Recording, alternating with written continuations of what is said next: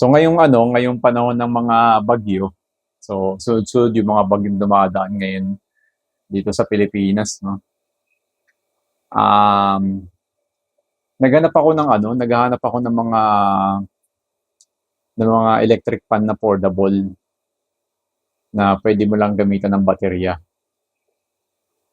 Kasi kung meron akong generator, pero gusto ko yung portable na fan na pwedeng lagyan mo lang ng baterya, tas magagamit mo na. So nakita ko tong Ingo na electric fan, yung portable. Ito. So nung nakita ko to online, sabi ko itaray ko nga, bilhin ko nga to. Tignan ko kung ano talaga, kung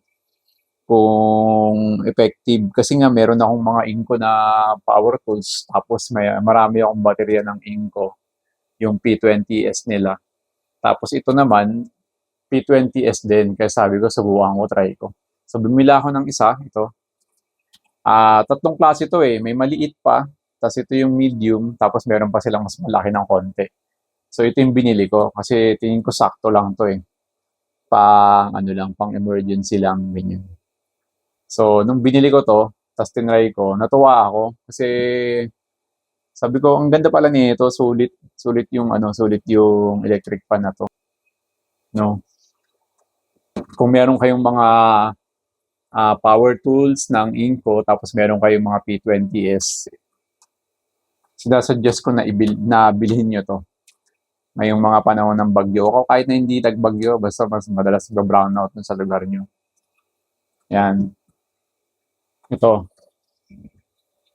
Yan. Ang gaan, no? Ang gaan niya. Tapos, pwede mo siyang isabit, ganyan. Pwedeng nakasabit siyang ganyan. Ay, ganyan. Tapos, may option pa to na pwede mong isabit ito, nakaganyan, no? Ganyan siya. Patong. So, napaka-portable nito. Yan. Tapos, dito sa likuran, yan. Dito yung lagayan niya ng baterya. Tapos, dito sa side yung DC niya. So, meron tong option na di kuryente. Meron tong kasamang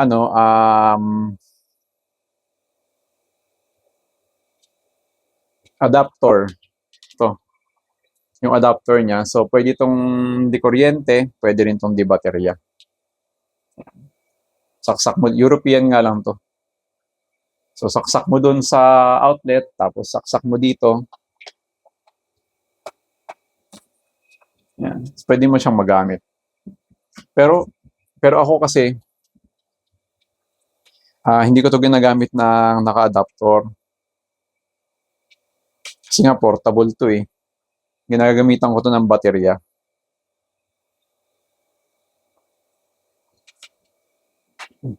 So marami akong may mga baterya ako na 20 volts na P20S ng Inco. So ito yung ginagamit ko rito. Yan. Ito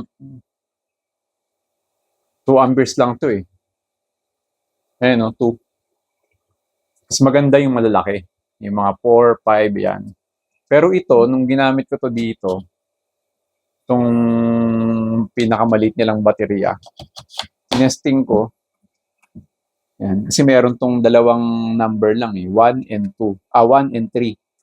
Wala siyang 2. So, lang siya, low, tsaka high. Tinesting ko to ng low, naka-low lang siya, tinesting ko kung gaano katagal tong baterya bago maubos. Kung siya ng 5 hours, tapos hindi pa lobat, parang meron pa siyang natitirang konting-konti. Tapos pumabot siya ng 5 hours. So nagulat ako, sabi ko, ang tagal pala ng nito. Ang tagal ng baterya bago malobat. So nakaka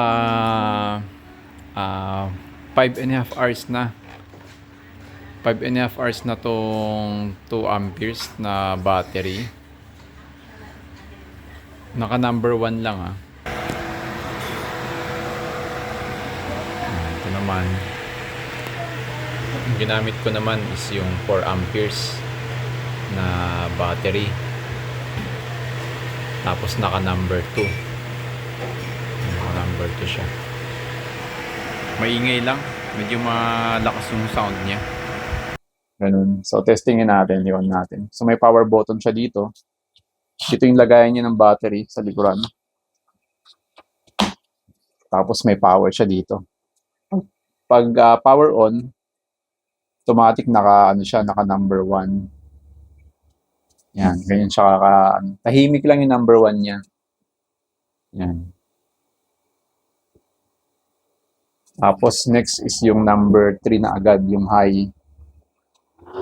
Yan. Yung number 3 niya, medyo maingay. Maingay yung number 3 niya. Kasi nga, maliit lang to eh. Kaya pag tinodo mo sa high, sobrang bilis niya, rinig na rinig mo yung ingay nung blade niya. Yan.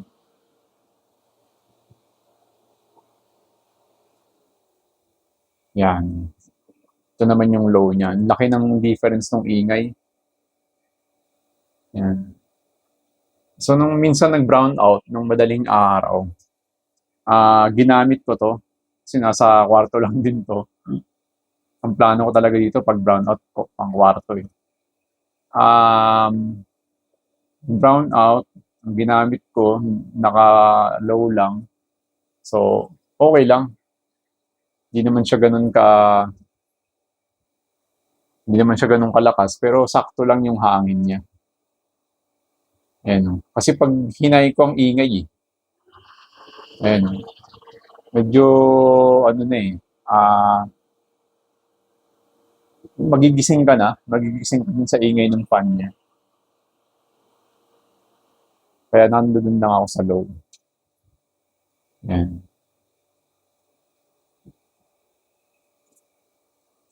Pero kung hindi mo naman, wala naman sa yung ingay niya, hindi i-high mo.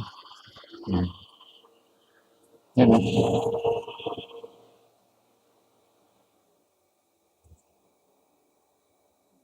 Yan. Tapos na tilt pa yung head nito. Ang gagawin lang is meron siya ditong pipihitin mo, luluwagan mo ng konti para maikot mo yung fan niya. Tapos higpitan mo. Yan. Oh, di ba? Pihitin mo kahit anong posisyon po pwede. Yan. So ito, magandang pang-emergency pag nag-brown out. Kung kunwari ayaw mo bumili ng mga portable na generator, mga power station na ang mamahal, ito, pwede to. Ito na lang ang sinasuggest ko na gawin yung backup ngayong maraming bagyo pag brownout ito. Kasi ito, nabili ko lang to online, 2,500. Ayan. Yung walang kasamang baterya. Kasi meron tong bundle na may kasamang baterya. Parang mga nasa 4,000. May kasamang baterya at charger. Pero mas mura pa rin to kumpara dun sa mga power station. Tapos magagamit mo na to ng up to 5 hours. Gamit itong pinakamaliit na baterya nila. Pero kung meron kang mas malaking baterya, mas matagal. Naka number 1 lang. Ay, naka low lang siya. Tagal nito. Ang tagal malubat nito. So ito, bala ko nga, bumili pa ako ng isa nito eh. Para dalawa eh. So yan. Ito yung sinasuggest ko na bilhin nyo kung meron kayong mga baby o kaya maliliit na bata sa bahay. Tapos pag natutulog, biglang go-brown out, ito, maganda. Basta naka-low lang, para tahimik lang siya, hindi magigising. Kasi pag hinain mo na yan, baka malakas na yung tunog. magising na yung baby o yung bata. Ito, maganda to. So, natutuwa ako nung nakikita ko to at binili ko. At plano ko pang bumili ng isa pa. Sobrang natuwa ako sa kanya. Kasi ang dami ko mga baterya na inko eh. So, dalawang ganito lang. Kunwari, sa madaling araw, bigla nag-count out. Dalawang ganito lang, pagtabihin mo. Ayan. Kahit nakalow lang, solve ka na. Malamig na yung, yung higaan mo. Kahit wala ka ng power station, ito na lang ang bilhin nyo. So, ito yung close-up niya. Yan. Ito yung likuran. Dito kinakabit yung battery. Yan. Yung battery natin.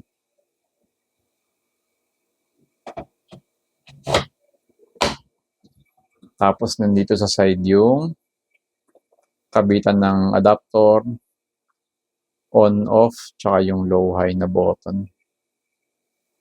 Yan. So, pag may baterya na, naka-plug na, power on, yan yung low niya. Tapos, ito naman yung high.